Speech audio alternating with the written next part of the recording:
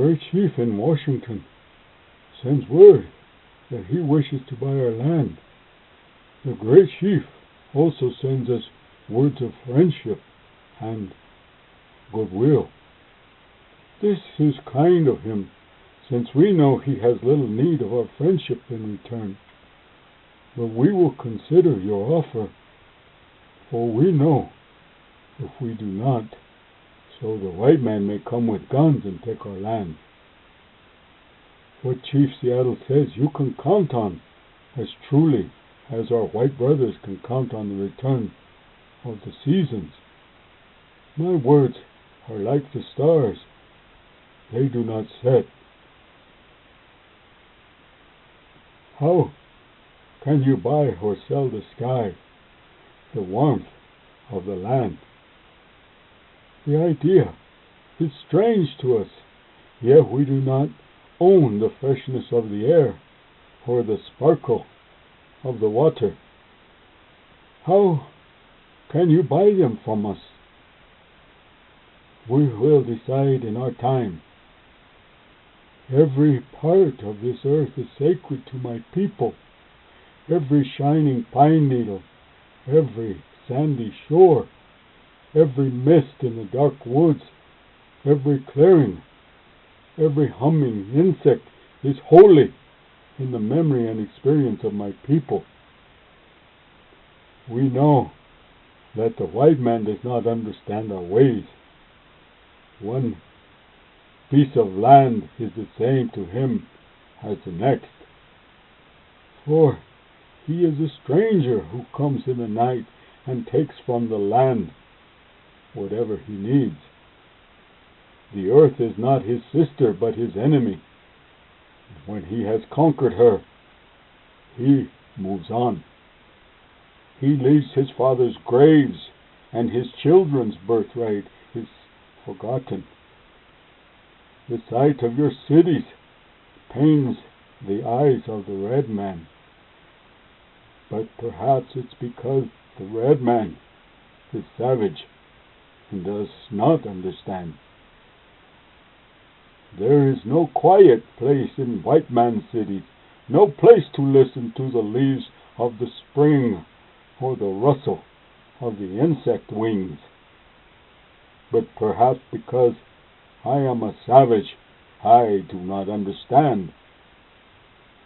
The clatter only seems to insult my ears. And what is there to life if a man cannot hear the lovely cry of that little whippoorwill or the arguments of that frog around the pond at night? The Indian, he prefers the soft sound of the wind,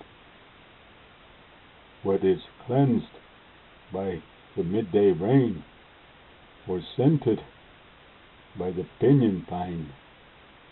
The air is very, very important and precious to the red man, for all things share the same breath. The animals, the beasts, the trees, and the man. The white man does not seem to notice the air that he breathes. He is like a man dying for many days, and he is very numb to his own stench. If I decide to accept, I will make one condition. The white man must treat the animals of this land as his brothers. I am a savage and I do not understand any other way. I, with my own eyes, have seen thousands of rotting buffalo on the prairie, left by the white man who shot them from a passing train. I am a savage and I do not understand how a smoking iron horse can be more important than the buffalo that we kill only to stay alive. What is this man without the beasts? If all these beautiful animals were gone, men would die from a great loneliness of spirit. For whatever happens to the buffalo happens to man. All things are connected. Whatever befalls the earth befalls the sons of this earth.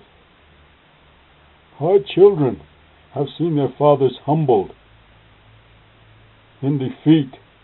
Our warriors have felt shame, and after defeat they turn their days in idleness and contaminate and poison their bodies with sweet food and whiskey.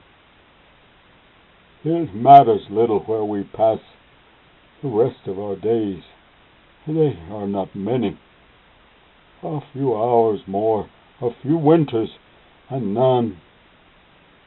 How the children, how the great tribes that once lived on this earth, or that roamed in small little bands in the woods, will remain to mourn the graves of the people once as powerful and hopeful as yours.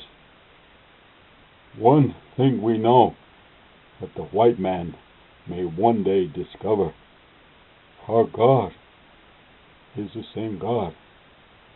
You may think that you own him as you wish to own our land, but you cannot. He is the body of man. His compassion is equal for the red man and the white. His earth is precious to him, and to harm this earth is to reap contempt on its creator. The whites too shall pass, perhaps sooner than other tribes. Continue, I say, to contaminate your bed, and you will one night suffocate in your own waste.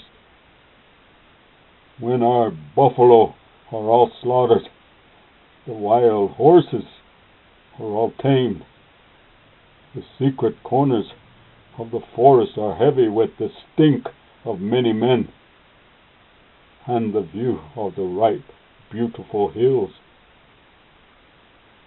are dirtied by the talking wires. Where is the thicket?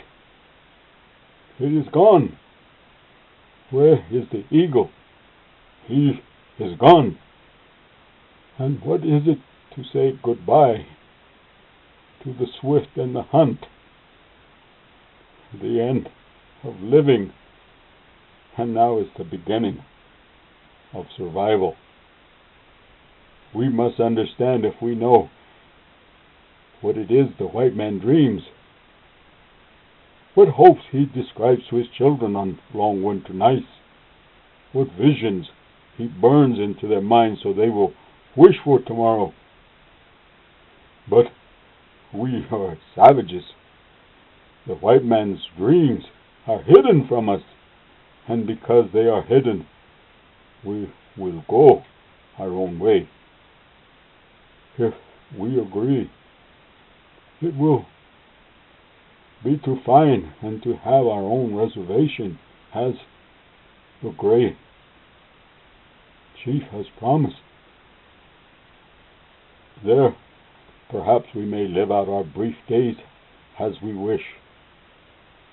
When the last red man, the last Indian, has vanished from the earth, and the memory is only the shadow of a great cloud passing over the prairie, these shores and forests will still hold the spirits of my people, for they love this earth as a newborn loves its mother's heartbeat.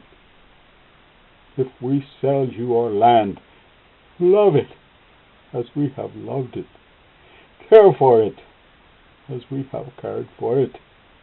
Hold it in your memory this day, the way the land is as you take it, and with all your strength, and with all your might, and with all your heart. Preserve it for your children, and love it as God loves us all. One thing we know, Our God is the same. This earth is precious to him. Even the white man cannot escape the common destiny.